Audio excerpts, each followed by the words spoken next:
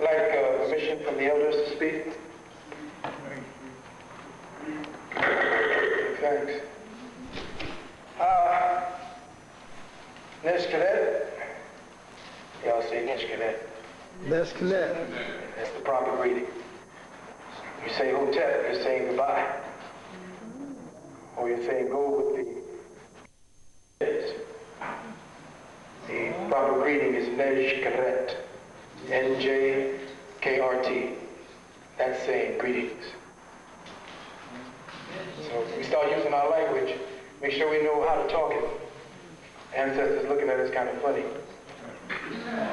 Coming to each other and saying goodbye. We mean hello. That's what we're going to be speaking about. The title I chose is Ra-Khem Consciousness.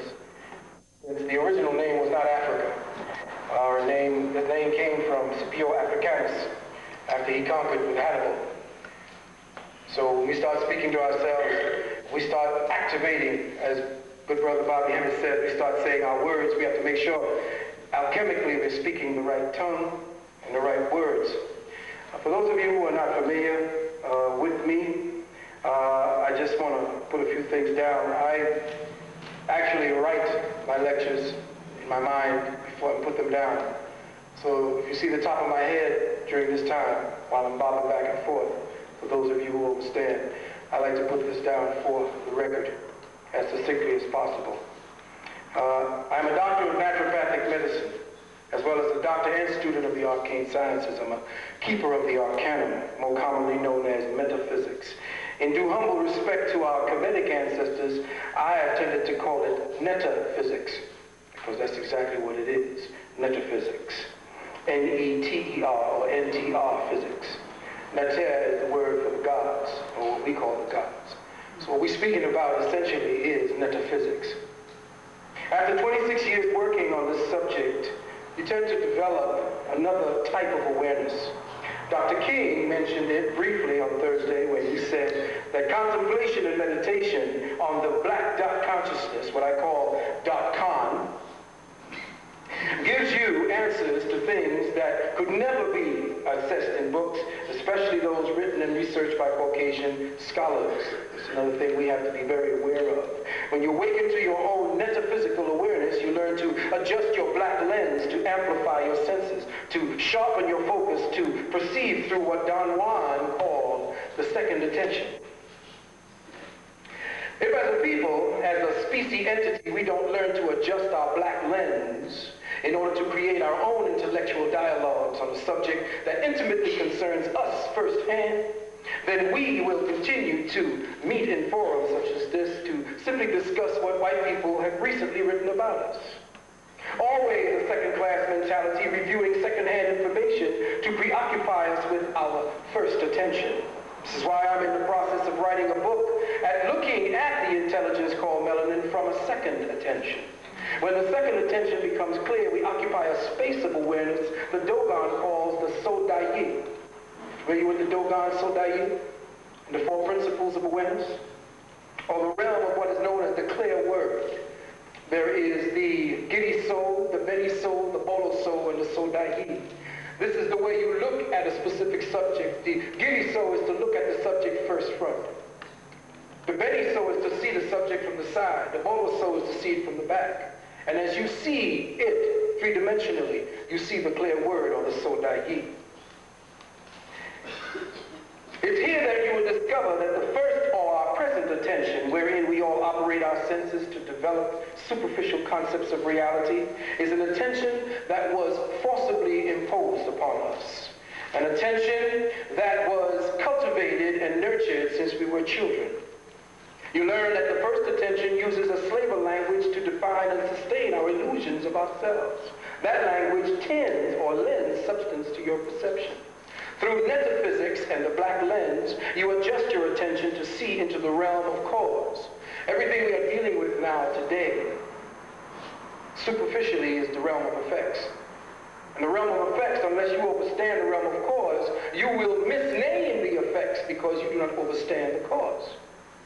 And so we try to adjust our black lens around effects through a language that was given to us, a language that was not our own, a language that defines a reality and a paradigm that does not belong to us. As this happens, you will now gain access to the Sodai, or the clear word, a word that needs no references, a word that needs no bibliography, a word that needs no verification from authority, which in itself is the byproduct of preoccupation with another man's attention. You see, this is something that we have to understand, something that we must do. The Bible, the Quran, the Mahabharata, the coffin text, the Pratambaru, or the Book of Coming Forth by Day, the Rig Vedas, the Popol Vuh, the I Ching, the Upanishads, all were authored by men and written and women who were claimed no other authority but what it is that the Most High said to them. Why do we continue to look to authority for what we already know is within us? This is the problem. We are dealing from a second-hand mentality, from a virus that I call, what we call it? Acquired, AWLS, acquired willingness syndrome. We are struck with a virus dealing with second-hand or second-classism. We constantly look to others for references to what our ancestors knew firsthand. What makes you think we don't have that knowledge right now? That is the problem. We are trained to look outside ourselves. And these were our ancestors, the one who wrote these books. Their blood's running our veins. It is only because we live a second-hand existence programmed by 500 years of authority, we seek an authority to verify every thought that we think. That we have become stuck in the habit and practice of seeking authorities other than our own to verify our own melanin reality. We must understand that European academic scholarship, which is the driving engine behind European academic science, has fragmented the phenomenon of melanin into conceptual mechanics. They have narrowed their perceptions to its outer activity, down to what they define as its organizational capabilities, the first attention. But its archetypal purpose, its arcane intent, still evades their calcified focus because they seek answers in its effects, not in its immutable metaphysical causes, the realm of the second attention. We have the eldest child of the primordial black matter. That's who we are, the eldest child of the primordial black mother matter. So why must we continue to seek answers from the youngest of the species, one who is also deformed at that? Why should we depend so much on a calcified, spiritually myopic biochemical mutant to guide us in the exploration, analysis, articulation, and synthesis of something that can only be felt and accessed by the owners of the very thing being explored, analyzed, and synthesized? The very fact that the mother matrix called melanin, which by the way I would prefer to call it by what our ancestors would probably have called it, the Khem Sutamen, is still a scientific mystery. It is still clearly seen in an ongoing literature. The fact that they don't know what it is in all of the literature keeps constantly coming out. We the ones keep interpreting what they find. What do they have to say? They can only seem to define around melanin, attempting to capture its essence by encasing it in a skin of semantics. Page 7 of a scientific abstract entitled Melanins, Cosmids, and Fullerenes, dated January 9, 1999, stated that the chemistry of melanin is still obscure. The reasons for this being due to A, having considered the transformation of melanogens into melanin, a process under enzymatic control, having to work, B, with altered or unpurified materials, C, not having understood the very nature and electroactivity of black materials and of melanin. What are they saying? They're saying, we don't know what we're looking at, and every time we put it into a petri dish, we try to dig at it, scratch at it, pull at it, it falls apart, and the nature of the thing does not reveal what the thing is. We don't know what it is. Well, this is what this is about. This is what this good brother is about. This is what Dr. King is about. This is what we are here to do. Believe it. In Europe today, and damn near every other month, they're having meetings on melanin.